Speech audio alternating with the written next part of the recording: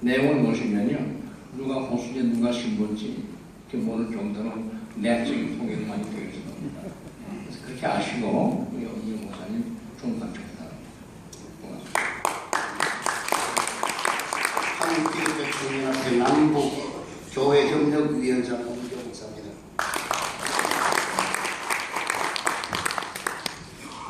저는 그냥 준비해 온 것을 읽겠습니다. 저는 오늘 토론의 논점인 통일 준비에 대해 제언함에 있어 순리적인 통합 지향에 비중을 두고 제언하겠습니다. 사견을 말씀드릴 이 자리에 나온 것이 아니고 기독교를 대표해서 나온 만큼 경전인 성경을 인용해 뜻을 전달하게 됨을 양해해 주시기 바랍니다. 성경 이사야에서 보면 이런 말씀이 있습니다. 이는 내 생각이 너희 생각과 다르며 내 길은 너희 길과 다름이니라. 야훼의 말씀이니라. 이는 하늘이 땅보다 높음같이 내 길은 너희 길보다 높으며 내 생각은 너희 생각보다 높음이라는 말씀은 하나님의 생각과 사람의 생각은 전혀 차원이 다르다고 하는 의미인 것입니다. 사람의 생각에는 이런저런 정책, 전략, 심지어는 각각 우방들의 관계 등 경우의 수를 어떻게 두어야 난해한 남북관계를 복합 함수를 풀 수 있겠느냐 싶지만 상호간에 작용하는 힘의 역학구도와 실리적인 이해관계의 변수로 번번이 엉켜버리는 분단이 고착화된 지 70년. 아무리 국가가 등용한 비상한 인재들일지라도 결국 사람일지인데 사람들이 쓸 수 있는 수의 차원을 초월해 봐도 오히려 세계의 역사를 주관하시는 하나님의 수, 성경이 제시하는 더 높고 깊고 넓은 차원에서 들어봐야만이 장관 세월이 풀리지 않던 난제들이 의외로 쉽게 술술 풀린다는 지혜를 주시는 말씀입니다. 그렇다면 도대체 대한민국이 70년의 세월 동안에 풀지 못했던 난제에 대해서 성경은 어떻게 해법을 제시하고 있는지 통일 준비에 대한 기독교계의 입장과 바람과 함께 저희의 소견을 말씀드리겠습니다. 먼저 4차원의 영성을 접목해 나가야 합니다. 4차원의 영성이란 용어가 생소할 수도 있겠는데 접목해보면 이렇습니다. 우리가 살고 있는 3차원의 현실에서 풀리지 않은 문제의 해결은 그보다가 상위 수준인 4차원에서 바라보면 쉽게 풀린다고 하는 의미인 것입니다. 생각, 믿음, 꿈, 언어 이 네 가지로 축약된 근본을 개선하면 그토록 수건하던 일들이 해결된다고 하는 방법론입니다.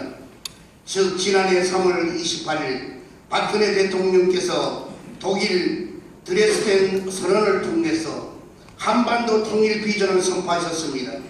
2020년까지 핵무기 100개 보유와 소형화를 통해 한반도를 지향으로 몰아넣으려는 북한 정권이 바뀌어서 우리에게 기적의 동반자가 되는 꿈, 석유 한 방울도 안 나는 자원 빈국, 언제 전쟁이 날지 모르는 안보 위기의 대한민국이 세계적으로 인정된 무역대국, 경제 강국을 이룬 저력으로서 8천만 남북한이 한반도 전체의 번영을 이루자는 위대한 구상 등 나라의 지도자들의 품은 나라와 민족의 앞날에 대한 원대한 소원, 이것은 4차원의 영성의 원리를 준 꿈에 해당됩니다.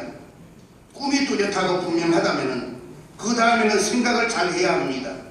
미래의 청사진을 제시해 줬는데도 참목적인 정부 강요들이 여전히 암울하고 부정적인 생각을 품어서는 아무것도 할 수 없습니다. 하지만 대통령이 선포한 비전에 대해서 실현코자 하는 긍정적인 생각과 적극적인 태도로 마음만 바꾸어도 지혜가 따르고 해안이 열리게 되는 것입니다. 다음으로 믿음입니다. 기독교인들은 이 부분에 있어서 하나님을 신뢰하기에 기도를 합니다. 예레미야 29장 11절에 보면은 야훼의 말씀이니라. 너희를 향한 나의 생각을 내가 아나니 평안이요 재앙이 아니니라. 너희에게 미래의 희망을 주는 것이니라고 말씀하셨습니다. 성도들을 향한 하나님의 본래 의도를 잘 알고 신뢰하기 때문에 기독교인들은 하나님께 도움을 구하는 기도를 합니다. 하지만 기독교인이든 아니든 사람들에게 타인에 대한 신뢰가 무척 중요합니다. 가만히 생각해보면 한 국가를 다스리는 것도, 국가 간의 외교를 하는 것도, 민족 간 분쟁이나 국가 간 전쟁이 일어나는 것도, 경제가 호황을 누리는 거나 불황이 닥치는 것도, 영향을 주는 화폐 통화의 흐름을 주도하는 것도 실은 다 사람입니다. 나라 자체가 무엇을 하는 것이 아니라 국회나 사법기관이나 은행이나 증권회사가 무엇을 하는 것이 아니라 실제로 움직이는 것은 다 사람이다 말입니다. 그러니 인간관계를 절대로 무시할 수 없고 무시해서도 안 되는 것입니다. 그리고 인간관계의 가장 기본은 신뢰입니다. 성경은 하나님께 기도하면서도 동시에 하나님의 마음으로 사람과의 신뢰도를 잘 쌓으라고 가르치고 있는 것입니다. 진정성 없는 사람들끼리 가면을 쓰고 만나는 것은 얼마 못 가서 금세 드러나기 때문에 위장된 신뢰는 오래가지 못합니다. 상대를 믿어주고 동시에 상대로부터 신뢰를 얻어내야 관계에도 성공하고 일도 풀리기 시작하는 것입니다. 마지막으로 원합니다. 꿈도 있고 생각도 잘하고 믿음도 개선되었는데 어느 때문에 망하기도 하고 흥하기도 합니다. 비근한 예로 정치인들의 생명이 의외로 정치력이 아닌 말 한마디의 실수에서 갈리는 것을 보게 됩니다. 성경에서도 이 부분을 매우 중요하게 말씀하고 있습니다. 야고보서에서는 만일 말에 실수가 없는 자라면 곧 온전한 사람이라고 할 만큼 우리가 다 말에 실수가 많으므로 달리는 말에 입에 재갈을 물리듯이 언어에 신중하라고 가르치는 것입니다. 남북을 대표하여 접촉하는 사람들 간에 신뢰만큼 중요한 요소가 서로의 자존심에 상처를 주지 않는 조심성 있는 배려의 언어인 것입니다. 어차피 나라에서 하는 실무적인 일들이야 탁월한 인재들을 등용해서 면밀히 진행해 나가면 될 일인데 굳이 이 자리에서 민족의 종교자들을 부른 이유는 시류를 가정해 볼 뿐만 아니라 선도받을 만한 뜻과 정신을 듣고자 하는 자리라고 사료가 됩니다. 남북 간의 문제는 건물과 건물, 무기와 무기, 돈과 돈의 관계가 아니라 사람과 사람의 관계입니다. 인격과 인격의 관계입니다. 국격과 국격의 관계로서 인식하는 큰 틀 안에서 풀어야 되는 것입니다.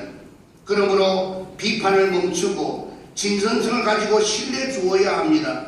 성경 누가복음 6장 37절에 비판하지 말라. 그리하면 너가 비판을 받지 않을 것이요.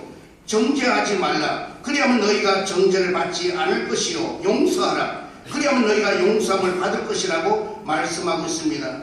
좀 전에 국격이라는 단어를 문맥 속에서 이해해 주시기를 바랍니다. 체제를 인정하느냐 마느냐 하는 민감한 얘기를 하려는 것이 아닙니다. 사람도 인격을 존중받아야 대화를 나누고 싶듯이 북한의 격에 대한 진중한 배려가 없는 관계선상에서는 대화는 자꾸 언어의 유기처럼 말꼬리를 잡히고 번번이 틀어져 버릴 수밖에 없는 것입니다.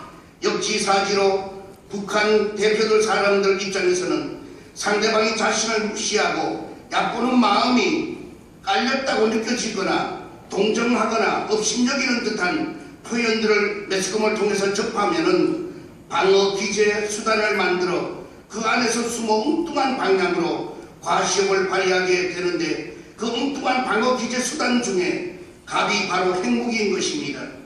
하나님도 교만을 버리고 겸손하라고 가르치는데 우리가 곧 목을 풀고 교만하게 보는 눈을 고쳐 뜨지 않는다면 문제의 실타래가 풀리기는커녕 점점 더 꼬이고 엉켜버릴 것입니다.